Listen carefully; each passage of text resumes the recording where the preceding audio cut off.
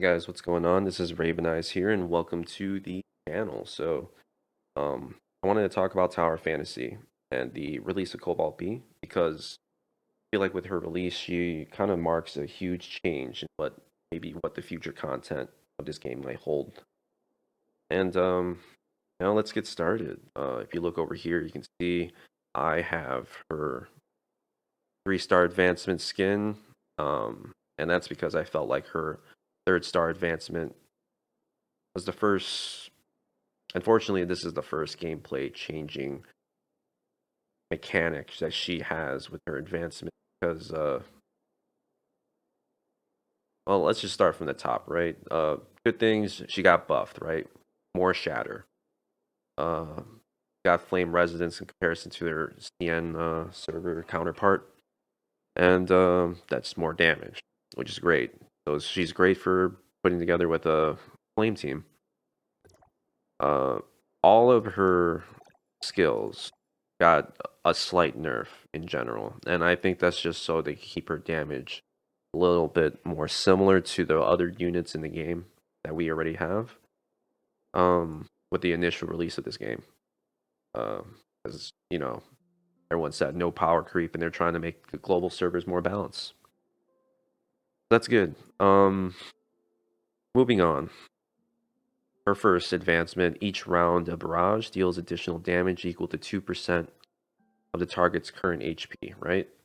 It used to say each round of attack, and it gave out a compensation of 500 crystals for the mistranslation. But, it was a mistranslation. It used to say each round of attack, and you would think to yourself, what attack? I personally thought maybe normal attack, but, oh well. That's not the case. But it applies to her barrage skill, which unfortunately has a 60-second cooldown. Her barrage skill is really good when you use it. Does a lot of damage at a short period of time. And with this, it just makes it better, right? So definitely recommend using this early in your fights because it'll do more damage at the beginning as you do less damage to your, I don't know, most likely a boss, right? You'll probably think about it. You'll get less of the damage buff from, but this is just more damage, which is nice, good. More damage is not bad. Increase current weapons base attack growth, more damage. And then lastly, the actual skill that's kind of gameplay changing, the Ion Scorch skill, which you can apply Ion Scorch by using these two skills, the Heavy Bombardment and the Close Quarters dodge. So Heavy Bombardment is all the way down here. So you do your normal attack, and then you hold attack button to do this move. And then you'll get to apply Ion Scorch, and then same thing, dodge, attack with the Close Quarters, and you apply Ion Scorch. Specifically, you have to hit, though, burning targets. Here's a bit more drama as well. Everyone's like, oh, how do you apply burn? It on this 6-star, it says barrage inflicts burn. Do I need the 6-star? And 6-star helps. A bit more options, right? But no, all fire units, it's like no one plays fire units, right? All fire units have the ability to burn targets. You just need to build up your discharge meter. When your weapon's fully charged, you can swip to a fire unit. No, your next attack will set your target on fire, and that's how you cause a burn. You do these two skills, inflict Ion Scorch, and you got this double ticking damage over time effect. And I added my human matrices on that. That's what I personally did, and it'll combine with the dodge attack skill. So here we have Cobalt. I did some testing around here because I just wanted to play around with the damage. But I'm gonna try it on Lieutenant Z. So both my Huma right here and here's a discharge. That's a lot of damage. And my Cobalt are at the same star level. Here's the auto attack chain. This is my favorite move. That's the jumping blast. So it's jump attack. And then double jump and attack, you get the aerial discharge, which is like a multi-hit line of attack. You can even combine these two together too. Look. Oh, that's my favorite movesets. Here's the barrage, and we just got the discharge, so now he's burning. So tap, and then hold, and you got the double tick. And here's a dodge.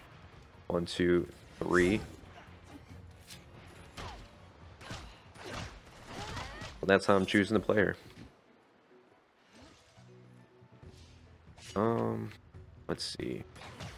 6K, 4K, 3K, 3K, 8K, 7K. Careful. My Huma. So I'm just comparing the damage. 8K, 8K, 8K, 8. What the? 8, 9, 9, 12. A critical hit. 16K multi-hit. Okay. So, as you can see, the damage numbers are between my Huma and my Cobalt-B. They both have around the same damage too. So, that in mind, it's just like, is Cobalt bad? Are her advancements bad? And you know, they don't. The first two don't have gameplay changing mechanics, right? So it's kind of expensive to try to go for a 3-star, right? While if you compare Huma to her, you get the stack of strong shields thing. You use these skills to get the strong shield stacks, and you get more damage reduction, right? It fulfills it changes her role a little bit as opposed to just, you know, without it. Even Zero is he gets a really good buff because he doesn't even heal at all until you get his 1-star advancement. So you compare that to Cobalt, she just does damage, right? But if you like her moveset, you know, if that's your play style, and I feel like this is my play style, then you're gonna like this character. And even though the advancements are lackluster, I will say if it feels a little bit better to say this, like, is more damage that bad? More damage good? Hit here and upgrade on the advancements. Every time you advance a level anyways, you're just gonna get more attack, more HP, more crit with this character. And the same thing with every other weapon. As long this game this game's a gotcha. It's gonna make you try to spend your money, and they did it right here. This is how you get more damage, is by spending more money on these limited banners. And you get more damage this way. You look here at the matrix right here, right? So here's my Meryl at 65. Matricy. The CS is at 687. You compare her to my King's Matricy. The CS is at 915, and that's because he already has 1-star ranking, you know? So if I choose to spend money to get more matrices and maybe get another king, you know, this thing would just be more powerful. So should you get Cobalt? Well, if she's your waifu and you like her character design, you like this weapon, you like the playstyle, yeah, sure. Should you advance her further? Well, that's up to you, but you'll definitely get more damage, that's for sure. Her advancement skills give you more damage, and just leveling it up will give you more damage. So, more damage, bad or good, that's up to you. Anyways, if you like this video, if it's informative, if this encourages you or if it makes you feel better about you pulling for Cobalt-B, then you know I'm glad. Uh, you know, the next two banners are what, Ruby and Lynn. Are you gonna pull for them? I definitely already pulled for Cobalt. I'm personally planning on only doing one pull for each of those two, just because of budget. But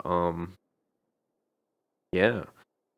Um, If you enjoyed this video, comment, like, subscribe. I'm planning on making more videos where I just look over and showcase maybe future characters. I do want to do some fan art as well on this channel. Like I want to do some character drawing and stuff like that.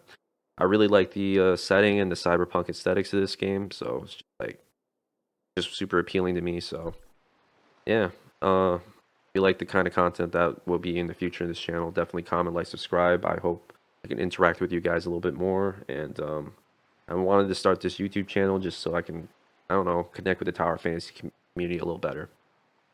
All right, signing off. I'll see you guys in the next one.